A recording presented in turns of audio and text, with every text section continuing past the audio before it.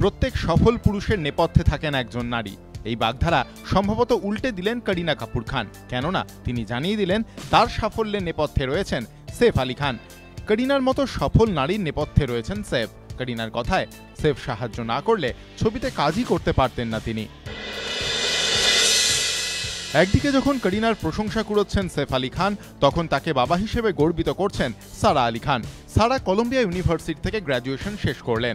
ছবিতে বোঝাই যাচ্ছে সারা কনভোকেশনের পোশাকে রয়েছেন। খুব শিগগিরই বলিউডে পা রাখার কথা সারার। কর্ণজোহরের স্টুডেন্ট অব দ্য ইয়ারের সিকুয়েলে অভিনয় করার কথা তার।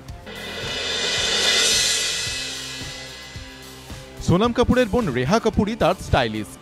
রেহা কখনোই শিরোনামে আসতে পছন্দ করেন না। শোনা যাচ্ছে 7 পাকে বাধা পড়তে চলেছেন রেহা। ডিসেম্বরেই নাকি রেহা তার বয়ফ্রেন্ডকে বিয়ে করতে চলেছেন। তিনি না চাইলেও বলিউডের শিরোনামে উঠে এসেছে রেহার নাম।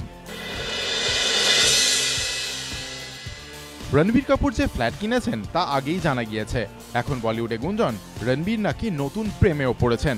দিল্লিতে থাকেন রণবীরের প্রেমিকা। শোনা যাচ্ছে বোনের মাধ্যমে প্রেমিকার সঙ্গে আলাপ হয় রণবীরের। তবে রণবীর যেহেতু নিজে ব্যক্তিগত জীবন নিয়ে কিছুই বলেন না, তাই এই গুঞ্জনের সত্যতা কতখানি তা নিয়ে সন্দেহ থেকেই যাচ্ছে। এবিপি আনন্দ।